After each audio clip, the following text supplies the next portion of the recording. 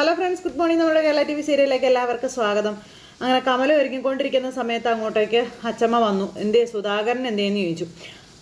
കുളിക്കാൻ പോയിരിക്കുകയാണെന്ന് പറഞ്ഞു. സമയത്ത് ഇറങ്ങണം ഞാൻ പറഞ്ഞാന്ന് പറഞ്ഞ് അച്ചമ്മ ദേഷ്യപ്പെട്ട് അങ്ങോട്ടേക്ക് പോവുക.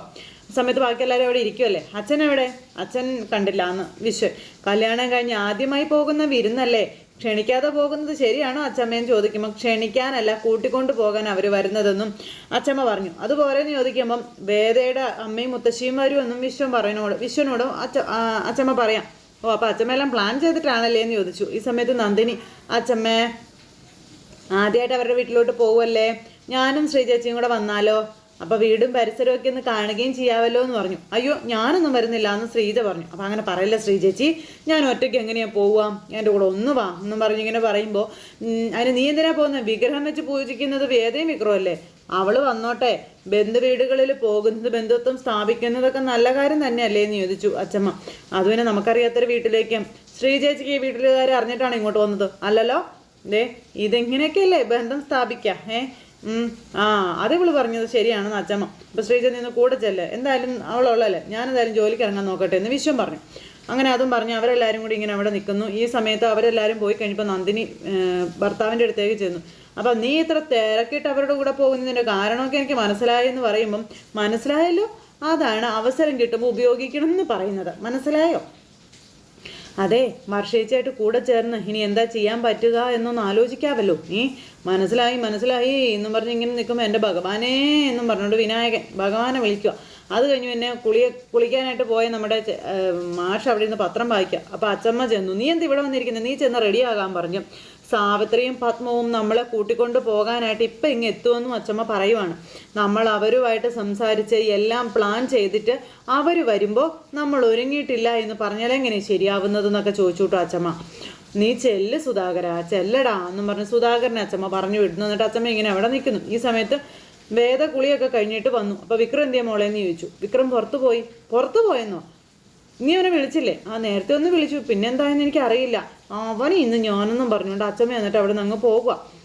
ആ സമയത്ത് വിക്രം അവിടെ നിന്ന് വന്ന് ഇവിടെ ഇരിപ്പുണ്ടായിരുന്നു. അപ്പോൾ എടാ വിക്രം, നീ എന്താ ഇങ്ങനെ ഇരിക്കുന്നതെന്ന് ചോദിച്ചുകൊണ്ട് ചെന്ന് വഴക്ക് പറയാം. ഇന്നും നിങ്ങൾ രണ്ടുപേരും വേദയുടെ വീട്ടിൽ പോയിരിക്കും, അതിനൊരു മാറ്റവും ഇല്ല. അവിടുത്തെ പൂജാമുറിയിൽ വിഗ്രഹം വെച്ച് രണ്ടാളും പ്രാർത്ഥിച്ചിരിക്കും. അതുകൊണ്ട് മോൻ എഴുന്നേക്കാൻ പറഞ്ഞു അച്ചമ്മ. വേഗം കുളിക്കാൻ നോക്കാൻ പറഞ്ഞു. കുളിക്കടാ ചെല്ലടാന്ന് പറഞ്ഞ അച്ചമ്മ ഓടിച്ചു വിടുക വിക്രത്തെ. അങ്ങനെ എല്ലാവരെയും അച്ചമ്മ തന്നെ മുൻകൈ എടുത്ത് ഒരുക്കാനും കുളിപ്പിക്കാനും ഒക്കെ പറഞ്ഞു വിടുന്നു. ഈ സമയത്ത് വിക്രത്തിൻ്റെ റൂമിൽ നിന്ന് ഇറങ്ങി വരുന്ന അച്ചമ്മ പത്മത്തെയും മുത്തശ്ശിയെയും കണ്ടു. അവർ രണ്ടുപേരും കൂടി വലിയ സന്തോഷത്തോടെ വന്ന് ഇങ്ങനെ നിൽക്കുക കേട്ടോ. അപ്പോൾ വാ കമലേ ദേ അവരെത്തി വാ എന്ന് പറഞ്ഞു. അപ്പോഴത്തേക്കും കമലയും വേദയും കൂടി ഇറങ്ങി വന്നു. എന്നിട്ട് ഇവരെ അകത്തേക്ക് വിളിച്ചുകൊണ്ട് പോവുക. അങ്ങനെ അവരകത്ത് കയറി ചെന്നിരുന്നപ്പോൾ ഈ വിഗ്രഹവും കാര്യങ്ങളൊക്കെ അവിടെ ഇരിപ്പുണ്ട്. അവിടെ നോക്കി ഇവരെല്ലാവരും പ്രാർത്ഥിച്ച് ഇങ്ങനെ നിൽക്കുക കേട്ടോ. വിക്രം നീ ആ കൈവിളക്ക് എടുക്കാൻ പറഞ്ഞു വിക്രത്തിനോട്. അപ്പോൾ വിക്രം ഇങ്ങനെ വേദ ചെയ്ത് നോട്ടം. അതിനുശേഷം വിളക്കെടുത്തു. വേദയോട് അതിൻ്റെ വിഗ്രഹം എടുക്കാൻ പറഞ്ഞു. അങ്ങനെ അവരിത് വിഗ്രഹവും ഇതെല്ലാം എടുത്തുകൊണ്ട് ഇങ്ങനെ പോകാൻ നോക്കുന്ന ഈ സമയത്ത് വേദയാണെങ്കിൽ വിക്രത്തെ ഒരു നോട്ടം. അപ്പോൾ എന്നാ ഈ കാപ്പ് കുടിച്ചിട്ട് ഇറങ്ങിയാലോ, എല്ലാം റെഡിയാണെന്ന് പറഞ്ഞു. അപ്പോൾ ഞാൻ കഴിച്ചു അമ്മേ, എനിക്ക് ഇറങ്ങാൻ സമയമായെന്നും പറഞ്ഞുകൊണ്ട് വിശ്വൻ ഇറങ്ങാൻ നോക്കുമ്പോൾ വിശ്വം പുതിയ ജോലിക്ക് കയറിയല്ലേ എന്ന് ചോദിച്ചു.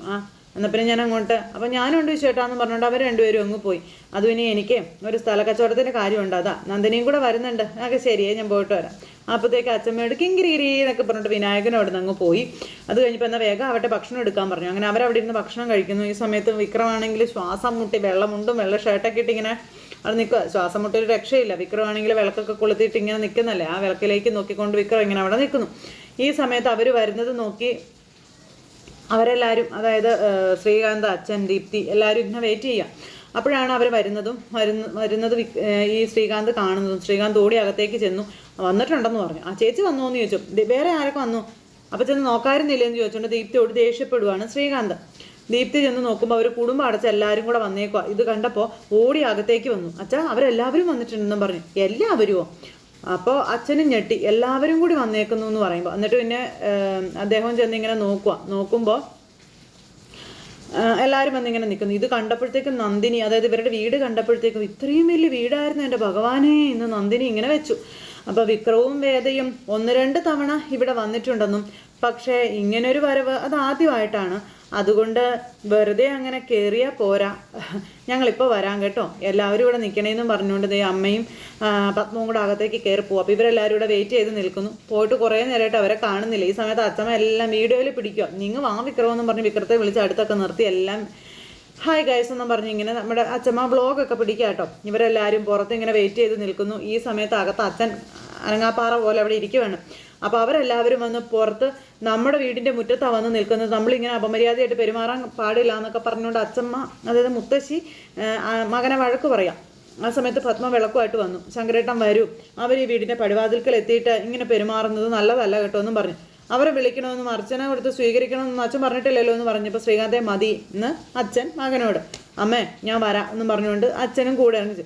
നീ വരുന്നില്ലേ എന്ന് ദീപ്തിയോട് ചോദിച്ചപ്പോൾ പിന്നെ ഞാൻ വരാതിരിക്കുമെന്ന് ചോദിച്ചു. ദീപ്തിയും കൂടെ പോവാം. അങ്ങനെ അവരെല്ലാവരും കൂടി ഇവരെ ആരതി ഒഴിഞ്ഞ് അകത്തേക്ക് കൊണ്ടുവരാനായിട്ട് ഇറങ്ങി ചെല്ലുമ്പോൾ കണ്ടോ, നമ്മൾ വന്നത് അവർക്ക് ഇഷ്ടപ്പെട്ടിട്ടില്ല. ഇത്രയും നേരമായി നമ്മളിവിടെ നിൽക്കുന്നു, അവർ കയറിപ്പോയിട്ട് എത്ര നേരമായി, ഇതുവരെ അവർ ഇറങ്ങി വന്നു എന്ന് പറഞ്ഞുകൊണ്ട് നന്ദിനി ഇടങ്കോലായിട്ട് സംസാരിക്കുമെന്ന് മിണ്ടാതിരിക്കും നന്ദിനി എന്ന് ശ്രീജ പറഞ്ഞു. ഏട്ടത്തി പറഞ്ഞു എന്താ ശരിയല്ലേ, എത്ര നേരമായി നമ്മളിവിടെ ഇങ്ങനെ നിൽക്കുന്നു എന്ന് വിക്രവും ചോദിച്ചു. അപ്പോൾ അമ്മയും വേദയുടെ മുത്തശ്ശിയും കൂടെ ഇതൊക്കെ പ്ലാൻ ചെയ്തതെന്ന് നമ്മുടെ അച്ഛൻ ചോദിക്കുമ്പം അതിനകത്ത് അവരിങ്ങ് വരില്ലേ എന്ന് പറഞ്ഞു അച്ഛമ്മ. വിളിച്ചു വരുത്തി അപമാനിക്കാനായിരുന്നെങ്കിൽ ഇത് മുൻകൂട്ടി നിങ്ങൾ അറിയണമായിരുന്നു, അത്രേ ഉള്ളൂ എന്ന് അദ്ദേഹം പറയാം. അപ്പോൾ ആ ഭയം ഒന്നും വേണ്ട അച്ഛാ, എൻ്റെ അച്ഛൻ ഒരിക്കലും അങ്ങനെ ചെയ്യില്ല എന്ന് നമ്മുടെ വേദ പറഞ്ഞു. അയ്യോ ഭയമല്ല, ജാഗ്രതയാ, കാറ് പിടിച്ചു അങ്ങനെ നാണം കടണ്ടല്ലോ എന്നുള്ളൊരു ജാഗ്രത.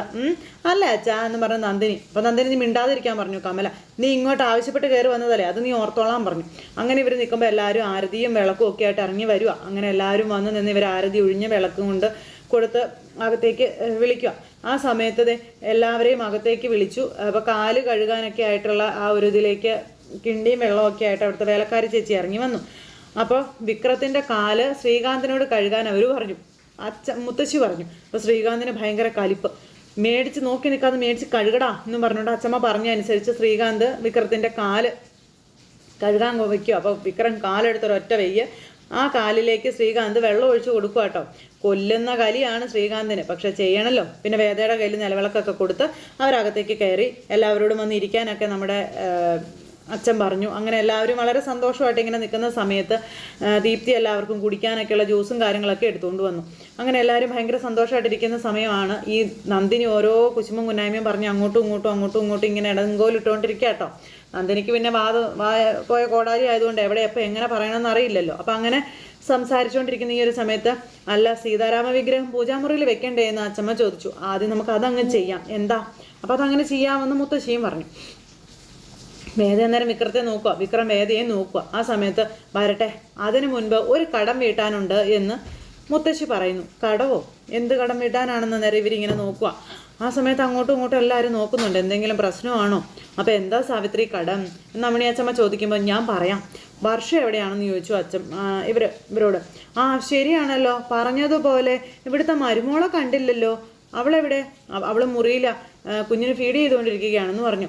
ഇത്രയും പേര് ഇവിടെ വന്നിട്ട് അവൾ അറിഞ്ഞില്ല എന്നുണ്ടോ എന്ന് മുത്തശ്ശി ചോദിച്ചു. അവളെ വിളിക്കും ശ്രീകാന്തേ എന്ന് മുത്തശ്ശി പറയുമ്പോഴേക്കും ശ്രീകാന്ത് പത്മത്തെ ഇങ്ങനെ നോക്കുന്നു. ആ സമയത്ത് നന്ദിനി ഇങ്ങനെ ഇരിക്കുന്നു. വർഷ എന്നും പറഞ്ഞ് ഇങ്ങനെ വിളിച്ചപ്പോൾ ഞാനിവിടെ ഉണ്ട് എന്നും പറഞ്ഞ് വർഷം നല്ല കൊച്ചായിട്ട് ഇറങ്ങി വന്നു കേട്ടോ. വർഷം ഇങ്ങനെ ഇറങ്ങി വന്നപ്പോൾ എല്ലാവരും വർഷയെ തന്നെ ഇങ്ങനെ നോക്കുമല്ലേ. വേദയ്ക്ക് ഒരു പിണക്കവും ഇല്ല കേട്ടോ വർഷയോട്. ചിരിച്ച് ഭയങ്കര ഇതായിട്ട് ഇങ്ങനെ വർഷയെ നോക്കിക്കൊണ്ട് നമ്മുടെ വേദ ഇങ്ങനെ നിൽക്കുന്നു. അപ്പോൾ മോൻ എവിടെ വർഷയെന്ന് ചോദിച്ചപ്പം അകത്തുണ്ടല്ലോ, അവനെ ഇങ്ങോട്ട് എടുക്കാൻ പറഞ്ഞു. അപ്പോൾ വർഷ ഇങ്ങനെ നോക്കുവാണ് നമ്മുടെ ശ്രീകാന്തിനെ. വർഷയ്ക്ക് മനസ്സിലായ കാര്യം. വർഷ പ്രസവിച്ചു എന്നറിഞ്ഞപ്പം ചേട്ടൻ്റെ കുഞ്ഞിനെ കാണാനുള്ള ആഗ്രഹവുമായിട്ട് വേദമോള് ആശുപത്രിയിലേക്ക് ചെന്നിരുന്നു ശങ്കര എന്ന കാര്യം നമ്മുടെ മുത്തശ്ശി ഇങ്ങനെ പറയാം. അപ്പോൾ ശങ്കരൻ ഇങ്ങനെ നോക്കുക കേട്ടോ. അന്ന് ശ്രീകാന്ത് മോനെ കാണിക്കാൻ സമ്മതിക്കാതെ വേദയെ തിരിച്ചയക്കുകയാണ് ചെയ്തതെന്ന് പറഞ്ഞു. ഇപ്പോഴാണ് ശങ്കരൻ പല കഥകളും അറിഞ്ഞു തുടങ്ങുന്നത്, ഇരുന്നറിയുന്നത്. അപ്പം അച്ഛനിങ്ങനെ നോക്കുക. അല്ല അന്ന് കാര്യങ്ങൾ പിന്നെ അങ്ങനെ ആയിരുന്നു എന്ന് വെക്കാം. ഇപ്പം എല്ലാം മാറി വന്നല്ലോ, അതുകൊണ്ട് ആ കടം വീട്ടിയിട്ട് നമുക്ക് തുടങ്ങാം എന്ന് മുത്തശ്ശി ഇങ്ങനെ പറയാം. അതല്ലേ അതിൻ്റെ മര്യാദ?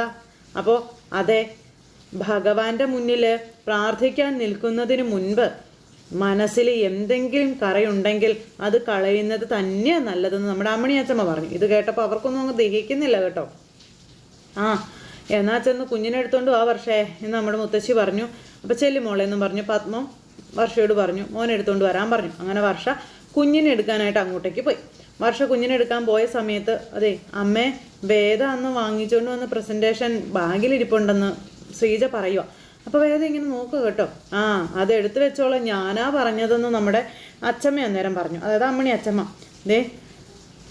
ഈ നാടകം അമ്മയും വേദന മുത്തശ്ശിയും കൂടെ പ്ലാൻ ചെയ്തതാണോ എന്ന് കമലയോട് മാഷ് ചോദിക്കുക. ആ സമയത്ത് ഇങ്ങനെ ചിരിച്ചുകൊണ്ടിരിക്കുക ശങ്കരൻ. അപ്പോൾ ആ ബാഗിൽ നിന്ന് ആ ഗിഫ്റ്റ് ഇങ്ങനെ എടുക്കുക ശ്രീജ എന്നും പറഞ്ഞു അമ്മണി അച്ചമ്മ. ആ സമയത്ത് ആ ഗിഫ്റ്റ് നമ്മുടെ ശ്രീജ എടുത്തു വേദയുടെ കയ്യിൽ കൊടുത്തു. അപ്പോഴേക്കും കുഞ്ഞുമായിട്ട് വന്നു. അങ്ങനെ വേദയോട് കുഞ്ഞിനെ വാങ്ങിക്കാൻ മുത്തശ്ശി പറഞ്ഞു. അങ്ങനെ വേദ കുഞ്ഞുവാവയെ വാങ്ങിച്ചു. എന്നിട്ട് ഇതേ നോക്കിക്കേന്ന് പറഞ്ഞു വിക്രത്തെയൊക്കെ കൊണ്ടുവന്ന് കാണിക്കുക കുഞ്ഞുവാവയെ. അമ്മേ നോക്കമ്മേ എന്നും പറഞ്ഞു കൊണ്ടുവന്ന് കാണിച്ചു. അപ്പോൾ കുഞ്ഞുങ്ങളെ അത്ഭുതങ്ങൾ കൊണ്ട് വരുന്നവരാണെന്ന് വെറുതെ ഒന്നും പറയുന്നതല്ല. എത്ര വലിയ പ്രശ്നം ഉണ്ടെങ്കിലും ഒരു കുഞ്ഞിടയിൽ വരുന്നതോടെ അതെല്ലാം അവസാനിക്കുമെന്നും അല്ലേ സുധാകര എന്നും ഇങ്ങനെ നമ്മുടെ അമ്മണി അച്ചമ്മ ഇങ്ങനെ പറയുക. അപ്പോൾ അച്ചമ്മ അങ്ങനെ പറയുന്ന സമയത്ത് ഒന്നും മിണ്ടാതെ അച്ഛൻ ഇങ്ങനെ ഇരിക്കുക കേട്ടോ. എന്തായാലും എല്ലാവരും വളരെ സന്തോഷത്തോടെ അങ്ങനെ ഇരിക്കുന്നു. അത് കഴിഞ്ഞിട്ട് പിന്നെ വേദ കൊച്ചിനെ തിരിച്ച് കയ്യിലേക്ക് കൊടുത്തു, വർഷയുടെ കയ്യിലേക്ക് കൊടുത്തു. അത് കഴിഞ്ഞ് ആ ഗിഫ്റ്റ് വർഷയുടെ കയ്യിലേക്ക് കൊടുക്കാനായിട്ട് വേദ ഒരുങ്ങുന്നു. ആ ഒരു സിറ്റുവേഷൻ കാര്യങ്ങളൊക്കെ കാണിച്ചുകൊണ്ട് ഇന്നത്തെ നമ്മുടെ കഥ അവസാനിച്ചു. അപ്പോൾ എല്ലാവരും കാത്തിരുന്ന് കാണണേ. എല്ലാവർക്കും നല്ലൊരു ദിവസം ആശംസിക്കാം കേട്ടോ. നന്ദി.